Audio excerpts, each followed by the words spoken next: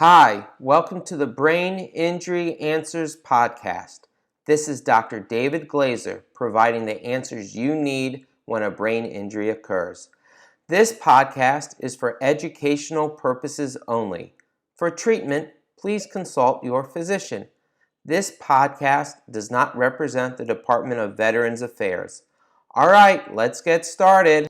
Question: what is E-stim? Answer: E-stim is also known as electrical stimulation. It's using energy, electricity, to help revitalize and repair and reduce pain in a patient. It's used in all types of various illnesses and impairments. We see electricity was really first used a long time ago in the human body. Think about the electrocardiogram, an EKG, where leads are put around the heart and one can read how the heart is beating. We see pacemakers and defibrillators used to help a heart pump properly and to restart a heart that may stop beating or stop beating normally. In the world of rehabilitation, electrical stimulation is used for a variety of reasons. One reason is to help reduce pain. There's something called a TENS unit, a transcutaneous electrical nerve stimulation unit, which essentially one can put little pads on their muscle that in the area of pain, and electrical signals are sent into the body up to the brain. It's thought that this helps interrupt the regularly firing pain signals and reduces the pain through essentially an interruption and through a reducement of the pain. I'll just think of a traffic accident, which then forces people to find alternative routes. Another form that's often used is electrical muscle stimulation. This is when a device will send higher amounts of electricity than a TENS unit into nerves that lead to muscles. So for example, someone who's had a brain injury and has trouble walking, or has had a stroke and has trouble opening and closing their hand, various devices have been developed to send electrical energy into the nerves that then go to the muscle. It's almost in a sense, bypassing the brain to provide the energy to cause these movements to occur. One often hears of the term muscle or muscular re-education, or also neuromuscular education, when using these electrical stimulation devices. Because think of the brain being connected to the spinal cord. It's essentially the brain you could call like a battery that's being connected to a bunch of wires that carry signals all the way down to the muscles. So when there is a damaged area of the brain, these devices are essentially bypassing the brain and providing that energy down nerves into the muscles.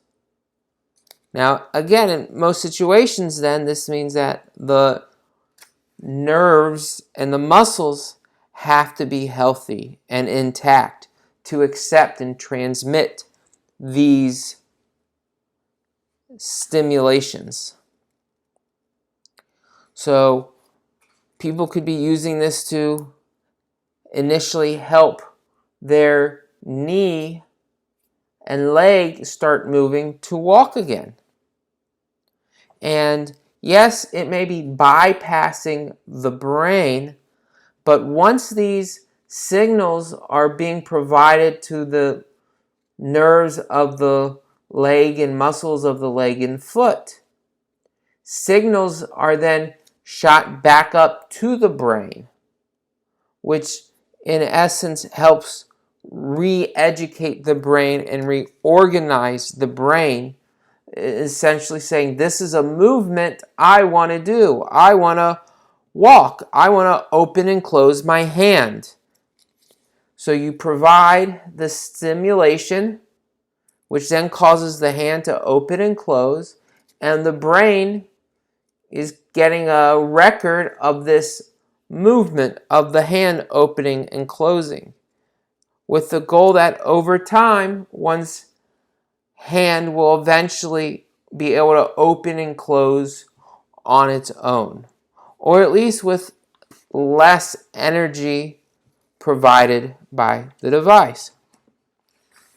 We also see this electrical energy being used in wound care.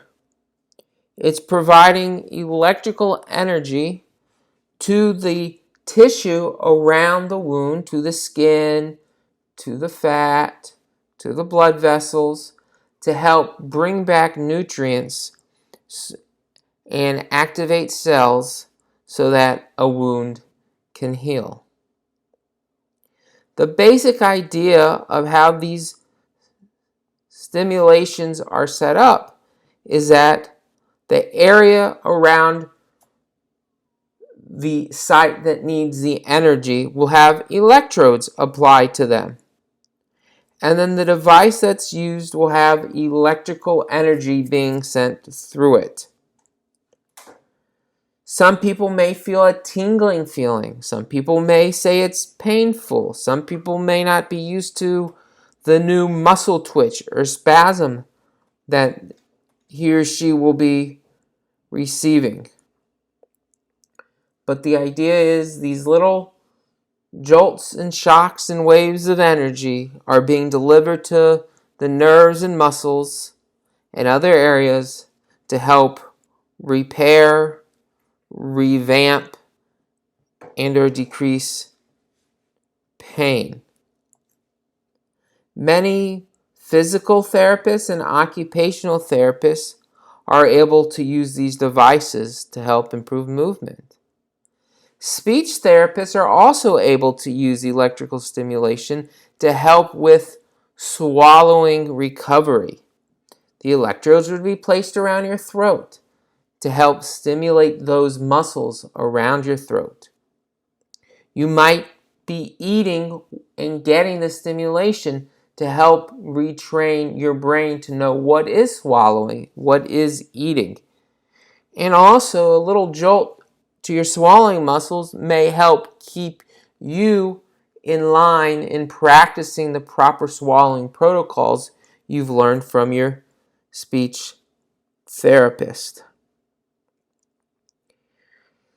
There are a few people that should not use a stimulation device. And again, if you're considering using one, you should ask your individual doctor for advice to make sure it works and is safe for your individual situation and reason for using it. But oftentimes people who have heart problems and may have a pacemaker in place or a defibrillator in place may not be able to safely use this. You just think about it. You're sending electrical energy into your body. It may interrupt the device that's also sending electrical energy to your heart. So again, energy and electricity is vitalizing. It gives people life. It gives people light. It helps open the door. And just in kind, it also helps open the door and revitalize and revamp various parts of the body and is an important part of any person's rehabilitation program. That's a wrap for today. Remember to email all your questions to braininjuryanswers@gmail.com.